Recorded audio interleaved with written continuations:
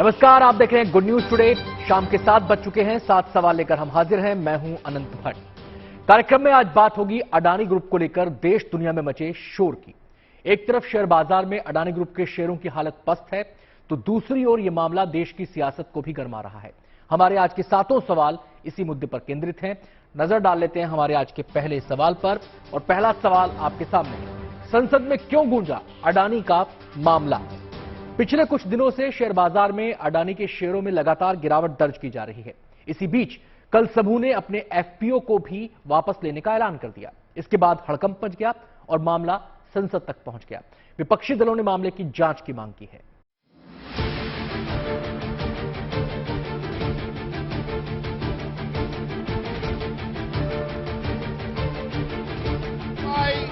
आज 2 बजे तक के लिए स्थगित की जाती है। देश के बड़े कारोबारी समूह अडानी ग्रुप का मामला आज संसद में भी गूंजा। अडानी समूह पर हिंडनबर्ग की रिपोर्ट और उसके बाद शेयर बाजार में अडानी के शेयरों में भारी गिरावट को देखते हुए लोकसभा में जोरदार हंगामा हुआ। विपक्षी दलों ने सरकार से हिंडनबर्ग रिपोर्ट पर चर्चा कराने की मांग की है।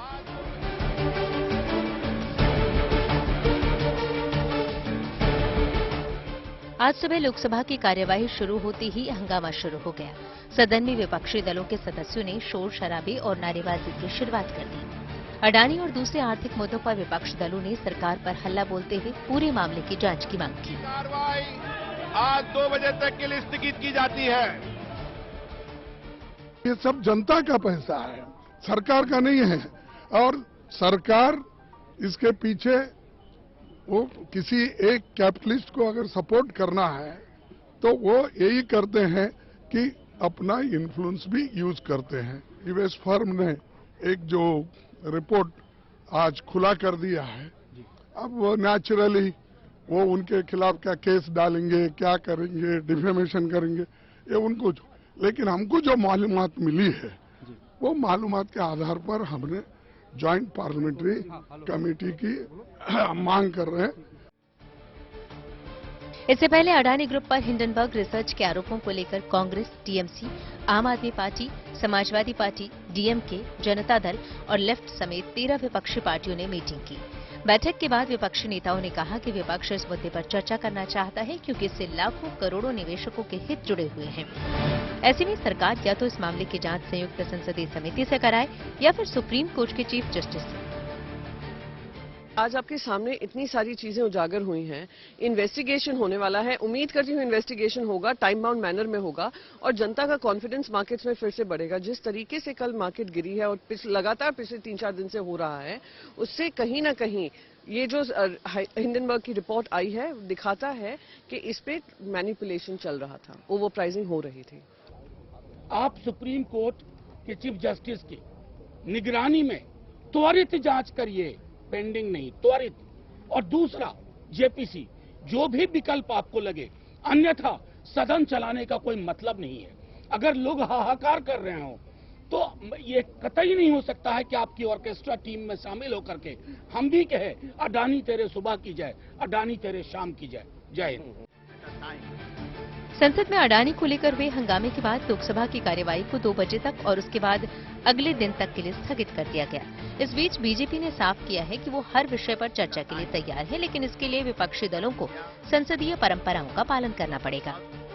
जो भी समस्या है, जो संसदीय परंपरा है, संसदीय परंपरा में राष्ट्रपति के अभिभाषण के धन्यवाद प्रस्ताव में कोई भी विषय लेके आप अपने विषय रख सकते हैं, अपना आर्ग्यूमेंट रख सकते हैं। तो इसलिए मेरा स्पष्ट मानना है, सदन सुचारू रूप से चलाने के लिए मैं उनसे प्रार्थना करता हूं। दरअसल हिंडनबर्ग की रिपोर्ट के बाद भारतीय शेयर बाजार में अडानी समूह के शेयरों में उथल-पुथल देखी जा रही है।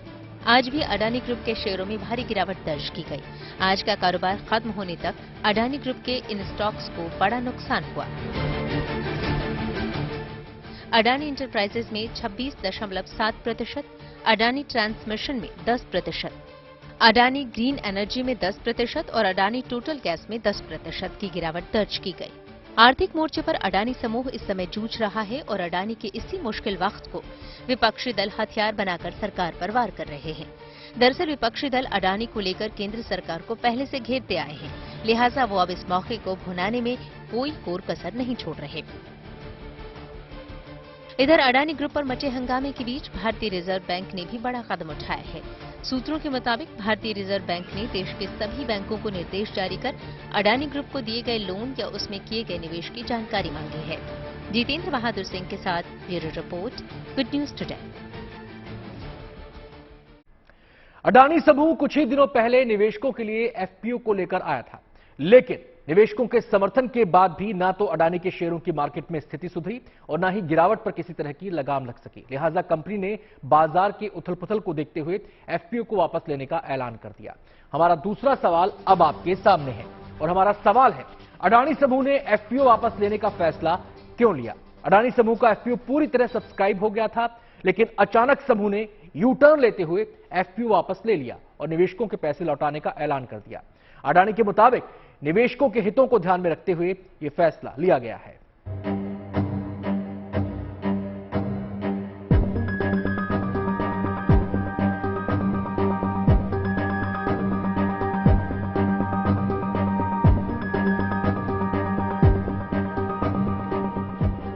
मुश्किलों में घिरे अडानी समूह ने अपने एफपीओ को लेकर बड़ा फैसला किया है। अडानी एंटरप्राइजेज ने एफपीओ को रद्द करने का ऐलान किया है। अडानी एंटरप्राइजेज ने इस एफपीओ के जरिए 20,000 करोड़ रुपए जुटाने का लक्ष्य रखा था, लेकिन शेयर मार्केट में अडानी के शेयरों में पिछले सप्ताह से जारी गिरावट के बाद कंपनी ने अपना एफपीओ वापस लेने का फैसला किया है और निवेशकों को पूरा पैसा लौटाने का भरोसा दिलाया है। अडानी समूह के चेयरमैन गौतम अडानी ने खुद वीडियो संदेश जारी करके फॉलो ऑन पब्लिक ऑफर यानी एफपीओ वापस लेने की घोषणा की है।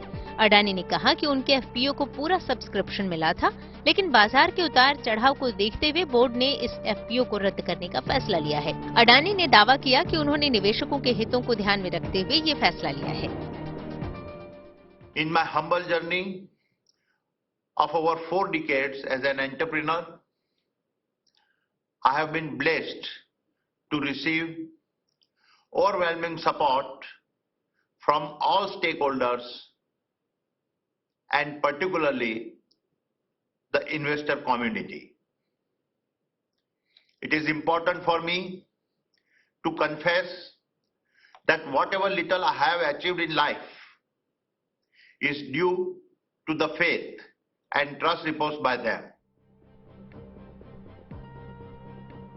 दरअसल अडानी एंटरप्राइजेज ने 20,000 करोड़ का एफपीओ जारी करने का ऐलान किया था। Follow on public offer company के लिए पैसे जुटाने का एक तरीका है। जो कंपनी पहले से शेयर मार्केट में लिस्टेड होती है, वह निवेशकों के लिए नए शेयर ऑफर करती है। अडानी ग्रुप का एफपीओ 27 जनवरी को सब्सक्रिप्शन के लिए खुला और 31 जनवरी को बंद हुआ। लेकिन इस एफपीओ के सब्सक्रिप्शन शुरू होने से ठीक पहले ही हिंडनबर्ग की रिपोर्ट सामने आ गई, जिसके बाद से इसके शेयरों में भारी गिरावट दर्ज की जाने लगी। हालांकि 31 जनवरी तक ये एफपीओ पूरी तरह सब्सक्राइब हो गया था, लेकिन इसके बाद भी 1 फरवरी को अडानी समूह ने इसे वापस लेने की घोषणा कर दी। Dear friends, after a fully subscribed FPO, yesterday's decision of its withdrawal would have surprised many. But considering the volatility of the market seen yesterday, our board strongly felt that it would not have been morally correct to proceed with the FPO. अचानक से लिए गए इस फैसले को Hindenburg report से जोड़कर देखा जा रहा है। दरअसल अमेरिकी रिसर्च फर्म हिंडनबर्ग की रिपोर्ट ठीक उसी वक्त आई जब अडानी समूह ने अपना एफपीओ लॉन्च किया। एक एनालिस्ट ने report the about the share कितना आर्टिफिशियली प्राइस्ड है और इसकी जो है ना सारी नेगेटिव न्यूज दी गई। मतलब हिंडनबर्ग करके वहाँ के कुछ इन्फ्लुएंशियल लोगों ने, कुछ जिनमें से उनके कॉम्पिटिटर्स भी हैं, और पता नहीं सरप्राइजिंगली 6 बड़े इन्वेस्टर्स ने ना उसमें सब्सक्राइब करके इशू सब्सक्राइब कराया। पर सुनने में जो आया ये सारा एक मैनिपुलेटेड गेम था फेस सेविंग का, कि किसी ढंग से एफपीओ सब्सक्राइब हो जाए, और शायद ये पहले से अंडरस्टैंडिंग थी एक बार सब्सक्राइब हो जाएगा तो उसको हम कैंसिल करके पैसे वापस कर देंगे। हिंडनबर्ग रिसर्च ने अपनी रिपोर्ट में आरोप लगाया था कि अडानी की कंपनियां कर्ज के बोझ तले दबी हुई हैं और उनके शेयरों के दाम ओवर प्राइस है। रिपोर्ट में अडानी समूह की कंपनियों पर वित्तीय अनियमितताओं का आरोप लगाते हुए उनसे 88 सवाल पूछे गए थे, जिसके जवाब में अडानी समूह ने 413 पन्नों वाला जवाब देते हुए हिंडनबर्ग की रिपोर्ट को भ्रामक और दुर्भावनापूर्ण करार दिया था। लेकिन इस रिपोर्ट के आने के बाद से अडानी समूह की कंपनियों के शेयर लगातार गिर रहे हैं और आज भी ये गिरावट बदस्तूर जारी रही। Bureau report, good news today. ज्यादा पुरानी बात नहीं है जब गौतम अडानी दुनिया के तीसरे सबसे रईस व्यक्ति बन गए थे, लेकिन समूह के शेयरों में भारी गिरावट के बाद वो कई पायदान नीचे चले गए हैं। नजर हमारे तीसरे सवाल पर, और हमारा सवाल है, अडानी समूह के लिए यह कितना बड़ा झटका है? आइए देखते हैं इस पर क्या कहना है share market expert Pankaj Agarwal का।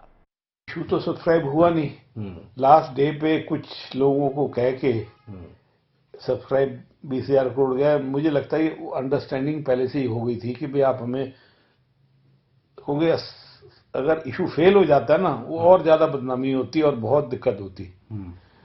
इशू सब्सक्राइब हो गया तो एक तरफ से होगी कि भाई इशू ठीक है, सब्सक्राइब हो गया, साथ में ये डिसीजन उसी दिन ले लिया कि नहीं हम ये पैसे वापस कर रहे हैं, क्योंकि मान लो जिन्होंने 10,000 करोड़ लगा दिया, अब लगाते ही 10,000 का 5,000 करोड़ रह गया तो वो तो शोर मचाएंगे ना।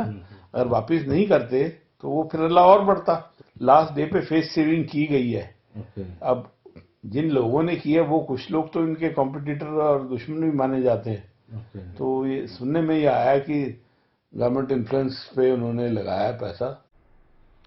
हिंडनबर्ग रिसर्च की रिपोर्ट ने अडानी ग्रुप को कटघरे में खड़ा किया तो ग्रुप के शेयर धड़ाम होने लगे, चारों तरफ हल्ला मच गया। हालांकि अडानी ग्रुप ने हिंडनबर्ग रिसर्च के आरोपों को बेबुनियाद बताया है, लेकिन मार्केट में ग्रुप के शेयरों को लेकर संशय बरकरार है। इस बीच आरबीआई ने बैंकों से अडानी ग्रुप को लेकर ब्यौरा मांगा है।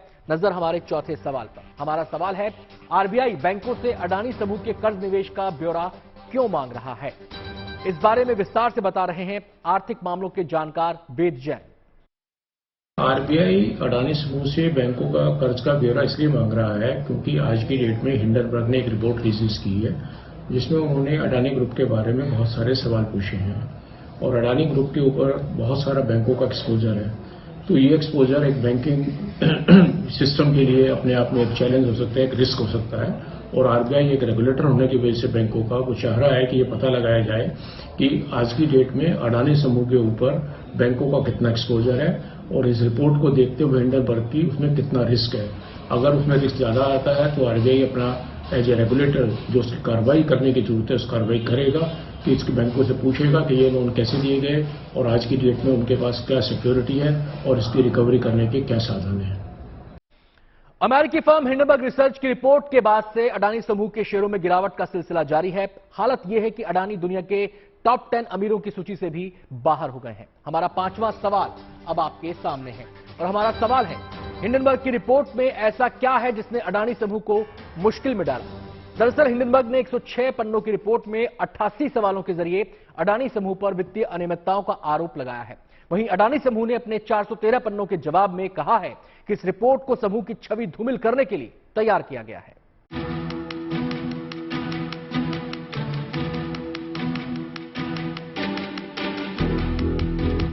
देश और दुनिया के जाने माने कारोबारी और बिजनेसमैन गौतम अडानी के लिए ये सबसे मुश्किल दौर है। साल 2023 की शुरुआत अडानी ग्रुप के लिए बेहद खराब रही है। दिसंबर 2022 तक दुनिया के टॉप 3 बिजनेसमैन में शुमार अडानी अब टॉप 15 की लिस्ट से भी बाहर हो गए हैं। दरअसल अमेरिका की शॉर्ट सेलर कंपनी हिंडनबर्ग ने 24 जनवरी को 106 पन्नों की एक रिपोर्ट प्रकाशित की जिसमें अडानी समूह से 88 सवालों के जवाब पूछे गए। रिपोर्ट सामने आने के बाद 25 जनवरी से ही अडानी ग्रुप की कंपनियों के शेयर भरभरा कर गिर रहे हैं। इस रिपोर्ट के बाद गौतम अडानी एशिया के सबसे रईस होने का भी खिताब गंवा चुके हैं। हिंडनबर्ग की रिपोर्ट में अडानी ग्रुप से 88 सवालों के जवाब पूछे गए हैं। अडानी समूह पर आरोप है कि ग्रुप के लिस्टेड कंपनियों के शेयर 85% से ज्यादा ओवरवैल्यूड हैं। इसके साथ अडानी ग्रुप से संबंधित कंपनियों ने हेराफेरी कर कंपनियों के शेयर बढ़ाए हैं। हिंडनबर्ग की रिपोर्ट में अडानी ग्रुप पर 2 लाख करोड़ से ज्यादा का कर्ज है। वहीं अडानी ग्रुप पर धोखाधड़ी का भी आरोप है। हालांकि हिंडनबर्ग की रिपोर्ट को अडानी ग्रुप ने सिरे से खारिज कर दिया। अडानी ग्रुप की ओर से हिंडनबर्ग की रिपोर्ट का 413 पन्नों में जवाब दिया गया और कहा गया कि ये रिपोर्ट अडानी ग्रुप की छवि को धूमिल करने के लिए तैयार की गई है, जिससे कुछ अमेरिकी कंपनियों को फायदा पहुंचाया जा सके। वहीं अडानी ग्रुप की ओर से हिंडनबर्ग की रिपोर्ट को भारत पर सुनियोजित हमला बताया गया और कहा गया कि आधे अधूरे तथ्यों को मिलाकर रिपोर्ट तैयार की गई। हिंडनबर्ग ने अडानी समूह को बदनाम करने के लिए साजिश रची है और इसके साथ ही अडानी समूह ने आरोप लगाए कि हिंडनबर्ग ने आर्थिक फायदे के लिए झूठे आरोप लगाए हैं। ये रिपोर्ट न तो स्वतंत्र है और न ही निष्पक्ष। अमेरिका के short seller company Hindenburg research की रिपोर्ट आने के बाद अडानी ग्रुप के लिस्टेड कंपनियों के शेयर धराशायी होते जा रहे हैं। या यूं कहें तो गौतम अडानी इस रिपोर्ट के बाद एक ही झटके में अर्श से फर्श पर आ गए हैं। गौतम अडानी की दौलत, शहरत और रैंकिंग में लगातार गिरावट हो रही है। अडानी के सारे शेयर, अडानी एंटरप्राइज जिसका पब्लिक इश्यू था, 30% पे सर्किट लगा था, एक भी खरीदार नहीं था। आज भी 20-25% डाउन है।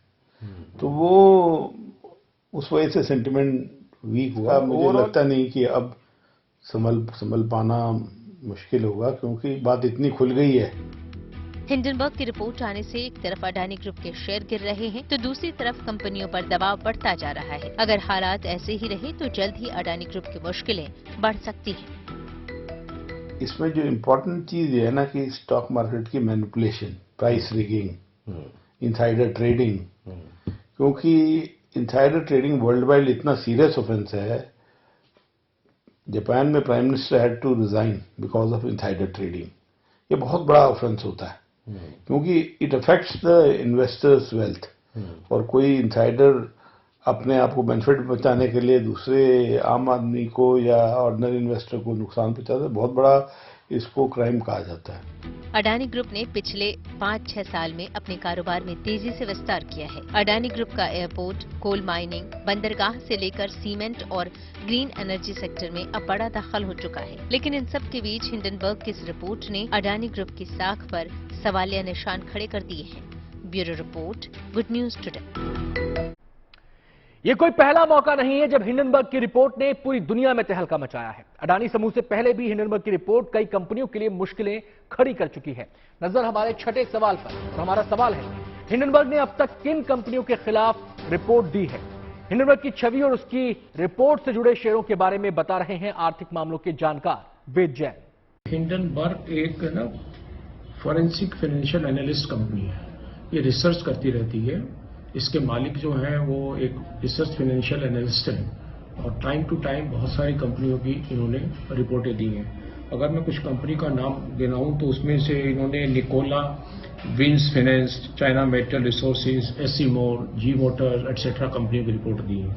2020 में रिलेटेड पार्टी ट्रांजैक्शंस की जो उन्होंने लगा कि अनएथिकल प्रैक्टिसेस हैं या कोई ऐसी ट्रांजैक्शन है जो रिपोर्ट नहीं हो रही है, इसका ये फॉरेंसिक एनालिसिस करते रहते हैं और उसकी भी रिपोर्टें टाइम टू टाइम करते रहते हैं। अमेरिका में जब 2020 में उन्होंने एक रिपोर्ट रिलीज की थी मोटर्स के बारे में, तो उसके ऊपर भी काफी स्ट्रिक्ट एक्शन हुआ था और उसमें इवन क्रिमिनल एक्शन तक की तैयारी हो गई थी।